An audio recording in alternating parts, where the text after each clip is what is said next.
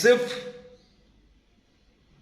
بعد مباراة يعني كنا بنتمنى ان هي تنتهي. كنت بتمنى واحد من الناس ان المباراة احلى حاجة في المباراة النهاردة. هتقول لي الهدف، هقول لك لا. هتقول لي الاسيست بتاع رمضان، هقول لك لا. هتقول لي امال ايه؟ اقول لك صفارة الحكم اللي جاب لنا يعني شلل. حكم مستفز بكل ما تحمل الكلمة من معنى. حكم استفزنا، حكم تحامل علينا، حكم تحايل علينا، حكم طرد لجراديشار غير مستحق تماما. لكن بعيدا عن كل ده، ايه اللي احنا قدمناه النهارده نقدر نبني عليه الفتره اللي جايه على الاقل؟ ايه يعني؟ قول لي ايه اللي انت عملته تقدر تبني عليه الفتره اللي جايه؟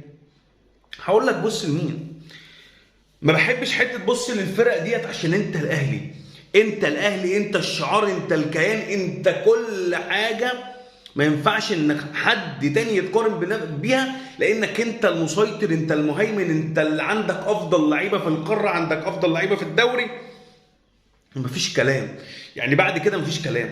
النهارده بتلعب قدام ايجل نوار